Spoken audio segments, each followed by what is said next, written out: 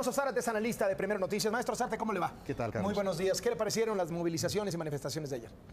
Yo creo que lo que ocurrió ayer, particularmente en la Ciudad de México, pero en muchos otros lugares y como vemos también en el mundo, es una expresión de una sociedad vibrante, de una sociedad que no está dispuesta a replegarse, que no está dispuesta a aceptar pasivamente lo que ha estado ocurriendo en nuestro país en los últimos años. Yo creo que cada vez más, desgraciadamente, la sociedad ha vivido el cobro de piso, la extorsión, los secuestros, los homicidios, una serie de delitos que se dan frente a una enorme pasividad y una enorme irresponsabilidad de las autoridades. Y frente a eso, lo que vimos ayer y lo que hemos estado viendo crecientemente son estas manifestaciones de la sociedad que lo que le están mandando el mensaje al Estado mexicano, al gobierno, pero al Estado todo es el repudio, el que no estamos aceptando ya la inacción de las autoridades frente a este desbordamiento de la delincuencia. Y un dato interesante que hemos observado a lo largo de los últimos años es que a esas manifestaciones legítimas que se dan en el contexto de los derechos constitucionales, se acompañan o se infiltran por pequeños grupos de vándalos, que se llaman ellos mismos anarquistas, y que empiezan a atacar prácticamente todo. En el caso de Guerrero, en Chilpancingo, por ejemplo, lo hemos visto, el secuestro y la quema de vehículos de transporte público, el asalto a oficinas públicas, a oficinas de la Secretaría de Educación Pública, donde rompen muebles, donde queman expedientes, el asalto a las oficinas de partido, y todo esto se da ante la absoluta inacción de las autoridades. Da la impresión inclusive de que hay decisiones de gobernadores de decirle a la fuerza pública que prácticamente no actúen.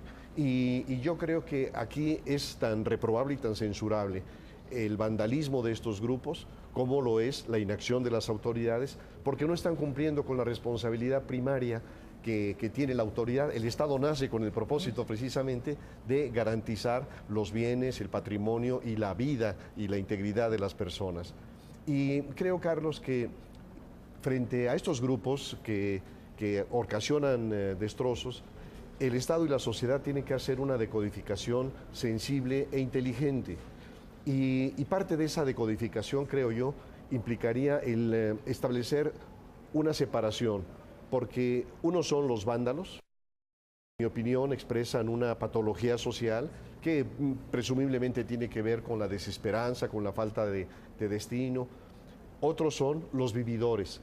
Pienso en este caso en los profesores de la Coordinadora de Trabajadores de la Educación, que a lo largo de 30 años han aprendido a ejercer una presión a través de estos desmanes y a obtener privilegios y condiciones de excepción. Y un tercer grupo son los de los subversivos, estos que creen que están haciendo la revolución y que en consecuencia están buscando estirar la liga hasta reventarla, inclusive quieren el enfrentamiento, inclusive quieren muertos, porque piensan que eso va a generar una irrupción social. Y frente a esto yo creo que el Estado tiene que tener reacciones distintas. A los vándalos hay que enfrentarlos con los grupos policiales que están preparados para eso. Paréntesis, siempre se ha hablado de que los grupos policiales no están preparados para eso y que termina siendo una represión, abuso policíaco, brutalidad, y lo hemos visto. ¿Cómo lo vio ayer? Porque yo escuchaba al presidente de la Comisión Nacional de Derechos Humanos decir, bueno, pues en un primer reporte de entrada parece que bien, ¿no? Así es, yo creo que especialmente la policía del Distrito Federal... Lo dijo aquí en Primera Noticias. Pues. Tiene realmente mucho tiempo de estarse preparando, tiene los recursos inclusive, tiene la capacitación y frente a eso la gran sorpresa es en las semanas anteriores la inacción. Pero yo creo que lo que ocurre el día de ayer es lo que debe ocurrir regularmente, es decir, deben de tomar medidas preventivas, deben establecer bloqueos, deben encapsular a los rijosos, a los que están haciendo desmanes y presentarlos ante las autoridades. Me parece que eso está bien, que en el otro grupo, es decir, en el grupo de los vividores, en el grupo de los que han estado extorsionando a la autoridad pública, pues lo que tienen que hacer es cerrarles la llave por una parte y por la otra aplicar la ley, sobre todo en este caso la nueva Ley General de Educación. Y en el tercer caso, que es el de los subversivos, eso lo que reclama es todo un trabajo de inteligencia civil del Estado mexicano, que detecte dónde están, cuáles son sus formas de operación y que en su caso armen una buena averiguación previa de tal manera de poder consignarlos. Pero más allá de esto, creo que al final de cuentas el mensaje de lo de ayer es el hartazgo de la sociedad frente a la impunidad y lo que le exigimos al Estado todo, es decir, al Poder Ejecutivo, pero también al Poder Judicial, que has tenido jueces absolutamente laxos frente a estas actividades, al sistema carcelario y al Poder Legislativo. Todo esto creo que interpela al Estado en su conjunto. Maestro Zárate, se está llevando todo el costo político el presidente Peña Nieto. Lo digo en el sentido de que para muchos analistas el problema de Iguala parte sobre todo del PRD y de López Obrador, ¿no? Es decir, Abarca, Ángel Aguirre, la Lady Iguala, etcétera, etcétera, que sí supieron, que les dijeron, etcétera. Y ayer la consigna que más se repitió fue fuera Peña. Yo creo que lo que está ocurriendo en el país es que seguimos manejando una inercia muy vieja. Es decir, cuando nosotros revisamos la historia de este país, vemos que siempre el sistema político, cualquiera que haya sido, el sistema prehispánico, el sistema colonial, el sistema porfirista, todos los sistemas políticos de nuestra historia han generado un vértice en el cual está un solo hombre, que ese hombre es el Tlatoani, el virrey, su Alteza Serenísima, y entonces creamos un sistema en el cual el presidente de la República es el gran señor de bienes y males, es la última instancia justiciera para el país. Y esto tuvo alguna validez todavía hasta los años de hegemonía del PRI, en donde realmente no existía el Congreso de la Unión.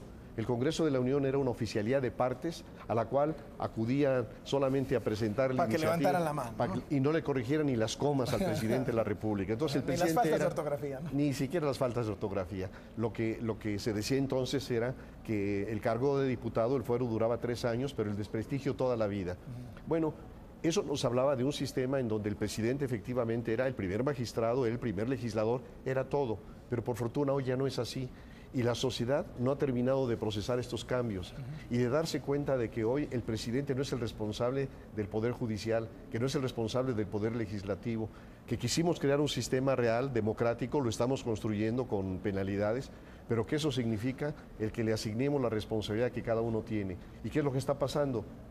En el caso de Iguala hay una grave responsabilidad del alcalde, desde luego que sí, pero también de la autoridad de gobierno del Estado, de Ángel Eladio Aguirre, de su procurador de justicia, de su secretario de Seguridad Pública, de su secretario de Gobierno. El de Salud, Lázaro que frente Monzón, a esta ¿no? descomposición prácticamente fueron omisos o cómplices, de tal manera que la sociedad tiene que aprender también que la vieja tendencia de responsabilizar de todo al presidente de la República no cabe en un régimen democrático, que responsabilicemos al presidente de lo que sí le toque, pero que aprendamos a repartir las culpas. Me recuerdo ahora, a propósito de Mafalda, esa experiencia en donde están los niños en la banqueta y empieza a caer un torrente terrible, y entonces Guille le dice a Mafalda: es por culpa del gobierno, ¿verdad? Entonces Mafalda le dice: ay, Guille, todavía no aprende a repartir las culpas. Necesitamos aprender a repartir las culpas. Muchísimas gracias, maestro Zárate, y muy buenos días. Iván Saldaña, ¿cómo amaneció hoy el Zócalo del Distrito Federal?